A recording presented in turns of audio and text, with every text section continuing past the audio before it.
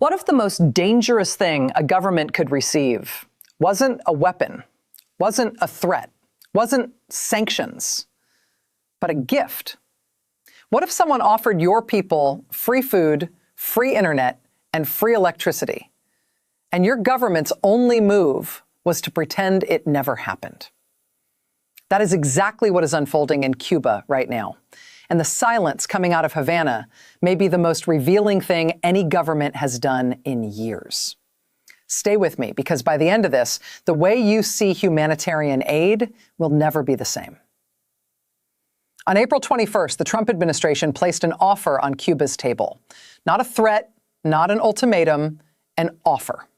Free Starlink satellite internet for every person on the island, 11 million people, for 2 full years. Uncensored, unfiltered, bypassing every government server, every state surveillance wire, every kill switch Havana has ever used to silence its people. On top of that, tens of millions in humanitarian aid, agricultural support targeting food shortages directly, infrastructure assistance for a power grid so broken that Cubans sit through daily blackouts in summer heat. The State Department confirmed it. The Associated Press confirmed it. Multiple U.S. officials confirmed it. And Cuba's government, 9 days later, nothing. No acceptance, no rejection, just silence. If you've been following this Cuba crisis daily, you already know how significant that silence is. If you're new here, hit that like button now so this reaches the people who need to understand what's actually happening. Here is what that silence means. And this is the part that most coverage is completely missing. Cuba's internet does not work like yours. Every connection on the island flows through a single state-owned company. Every website visit, every message, every search, all of it passes under government eyes. When protests erupted in July 2021, Havana didn't slow the internet. They turned it off entirely. Connectivity in Cuba is not infrastructure, it is a leash.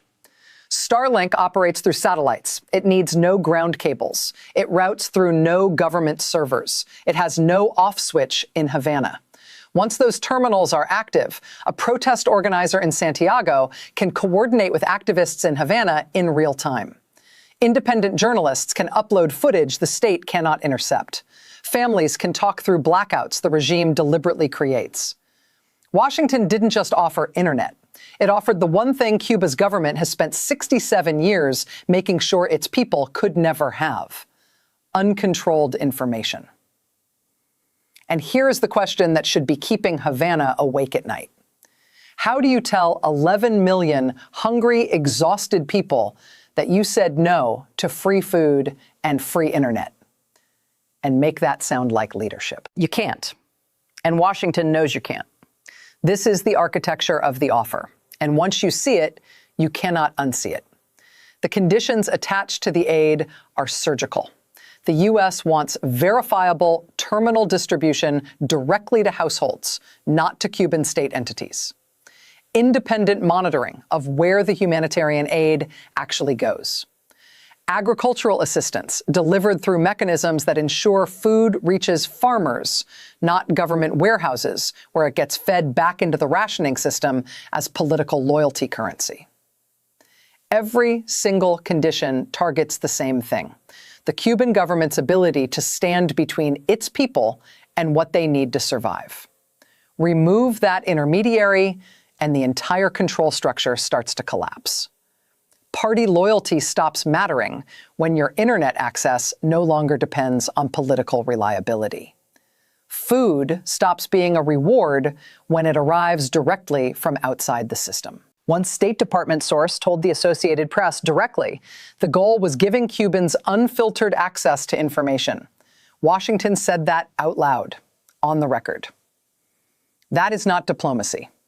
That is information warfare delivered in humanitarian packaging. Drop a comment below. Do you think Washington actually wants Cuba to accept this offer? Or is the refusal the entire point? I want to see your read on this. Now, here is why Havana is genuinely afraid. And this is not theory, it already happened. Tunisia, December 2010. A fruit vendor set himself on fire. The regime controlled newspapers and television. It did not control Facebook. Within weeks, protest images spread faster than any censorship system could contain them. The president fled in 28 days. Egypt, January 2011. Organizers coordinated through Twitter. Mubarak shut down the internet on January 28th. By then, it was already too late. The images were out. The coordination had happened. He fell 18 days later. Libya, Syria, Bahrain. In every case, the governments that collapsed were the ones that lost control of information before they lost control of the streets. Cuba's government studied the Arab Spring. Officials told the Associated Press that Havana views unrestricted internet access as an existential threat to regime survival. That is not spin. That is an accurate reading of what happens when a government that controls information suddenly cannot. And the Starlink offer is Washington saying, we know exactly what you're afraid of. Here it is, for free. The trap has 3 doors. If Cuba accepts, the regime loses its information monopoly overnight. Protest coordination becomes possible at a scale Havana cannot contain. The surveillance architecture that has held power since 1959 becomes worthless. Accepting is regime suicide on a timeline no one in Havana can predict. If Cuba refuses, the story shifts globally. Washington offered food to a starving island, and the government said no. Washington offered free internet to an isolated population, and the government said no. Washington offered infrastructure help to a country with daily blackouts, and the government said no. Every refusal becomes evidence that Havana prioritizes control over whether its citizens eat. One State Department source confirmed that a rejection would be used to demonstrate conclusively that the Cuban government places control above the welfare of its own people. That framing would accelerate sanctions. It would pressure the European Union to reconsider its engagement with Cuba. Brussels does not want to be seen supporting a government that turns down humanitarian aid while its population suffers. And if Cuba stays silent, which is what it is currently doing, it loses both simultaneously. Because the offer's existence is already spreading through the very information channels the government cannot fully shut down. There is a third dimension to this story that is receiving almost no coverage anywhere. This offer did not arrive in isolation. 3 days before the Starlink package was confirmed, the Trump administration imposed fresh sanctions targeting Cuban officials directly involved in propping up Venezuela's Maduro regime. Frozen assets, restricted transactions, named individuals. Sanctions that tighten the regime's grip on power, while simultaneously the offer loosens it from below. That looks like a contradiction. It is not. It is a deliberate strategic split. The sanctions punish the government. The offer helps the population. When the regime refuses the offer, that separation becomes visible to everyone watching, including the 11 million people living inside it. This follows the banking sanctions we covered in our last daily update. That financial cutoff closed Cuba's access to international payments. The Starlink offer opens a direct channel between Washington and ordinary Cubans, a channel that does not require Havana's permission, cooperation, or awareness. One hand closes the institutional door, the other hand opens a window directly to the people. Administration officials speaking to the AP confirmed that despite aggressive rhetoric, military intervention is not currently on the table. The strategy, they said, is economic and information pressure, because Cuba has never been this exposed. The worst energy crisis in decades, food shortages driving thousands onto dangerous sea crossings, an economy contracting for the 3rd straight year, tourism revenue collapsed, remittances restricted, banking access now severed. Havana has less capacity to refuse outside help than at any point in its history. And Washington structured the help in a way that makes acceptance a different kind of surrender. Let me tell you what I believe is actually happening, because this offer sits at the intersection of everything we have tracked in this series, and it makes the entire strategy visible in a way nothing else has. The Trump administration is not trying to negotiate with Cuba. It is trying to make negotiation irrelevant. Every action over the past 5 months has followed the same internal logic. Remove the Cuban government as the intermediary between its people and their basic needs. Oil was the first intermediary removed. Banking was the second. Information is the third. If you control a population's fuel, their food distribution, their financial access, and their information, you control the population. Cuba's government has controlled all four since 1959. In 5 months, Washington has disrupted or eliminated 3. The Starlink offer targets the last one, and the design is precise enough that it works regardless of what Cuba does. Yes produces one outcome. No produces another. Silence produces a third. All 3 outcomes advance the same objective, demonstrating to the world, and more importantly to the Cuban people themselves, that their government is the obstacle standing between them and a functional life. For 67 years, Washington was the obstacle. The embargo was the wall. American sanctions were the explanation Cuba's government handed to its people every time the lights went out or the shelves went empty. That explanation was credible because it was partially true. The embargo did restrict trade. Sanctions did limit capital access. Havana could point at Washington and say, they are doing this to us. The Starlink offer inverts that narrative completely. Washington is now extending a hand directly.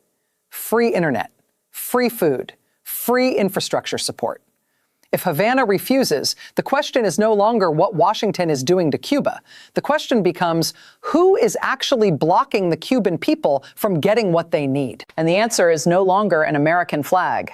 It is the government in Havana. That answer, once it settles into the minds of 11 million people who are hungry and sitting in the dark, is more destabilizing to this regime than any military threat has ever been. I want to step away from the strategic layer for a moment and say something about what this story actually feels like. There is something deeply calculated about offering humanitarian aid you have designed to be rejected. There is something deeply cruel about refusing humanitarian aid your population is desperate for. Both of those things are true at the same time. Washington engineered this offer to be refused. Havana is going to refuse it. And the 11 million people who needed the food, the electricity, the connectivity, they are instruments in both calculations. Not participants, instruments. I have tracked this Cuba crisis through every escalation since January. The fuel blockade, the prisoner releases, the Russian tankers, the secret negotiation channels, the banking sanctions, the carrier group positioning, the Rubio speech, and now this. Each chapter has tightened the pressure on the regime. Each chapter has also deepened the suffering of ordinary Cubans who never chose any of this. The strategic logic is coherent. I can follow it, and I have explained it across weeks of daily coverage.